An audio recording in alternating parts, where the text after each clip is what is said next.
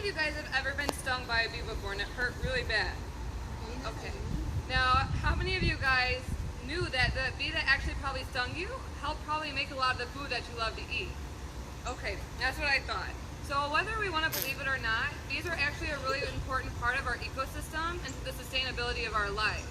So one day when I was at home watching my favorite show, Project Runway, this guy actually made a pretty bold statement saying that if bees didn't exist, we wouldn't exist. So naturally I was curious and I went and did some research and I was astounded to find that he was actually right. If bees didn't exist, we would assume not exist either. So what I'm going to kind of talk to you guys about today is why bees are so important, how they affect our daily lives, and what we can do to do our part in health. So exactly why are bees important?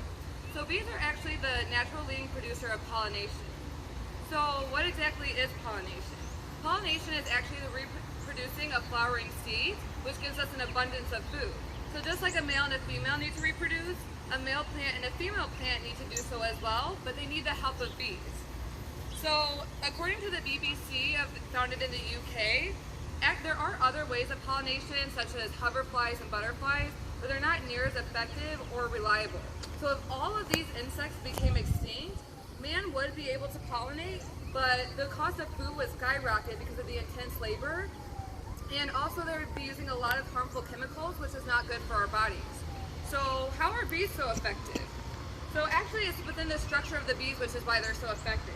So bees actually have two sets of wings, which gives them high frequency vibrations, which allows them to move very fast and at high altitude.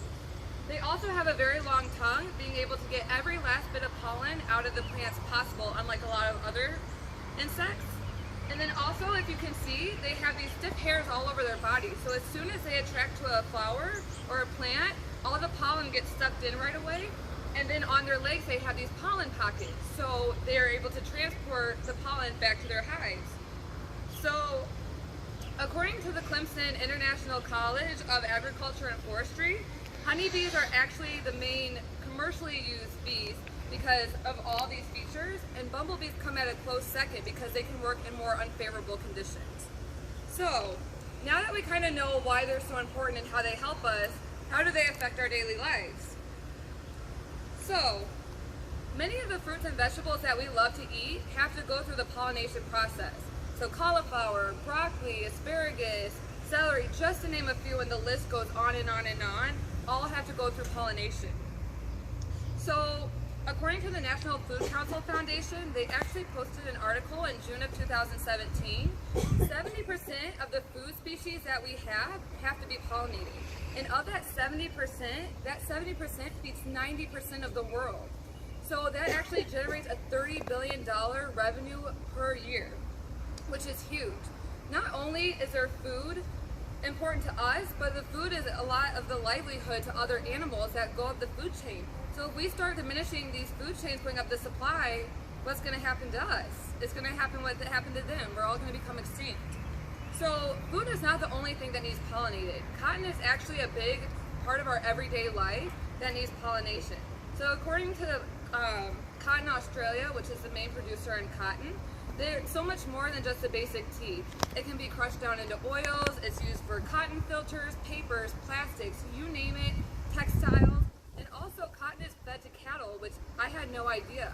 So if we stop feeding cattle this cotton, they're going to become malnutrition, and that's a big food group that we use as well.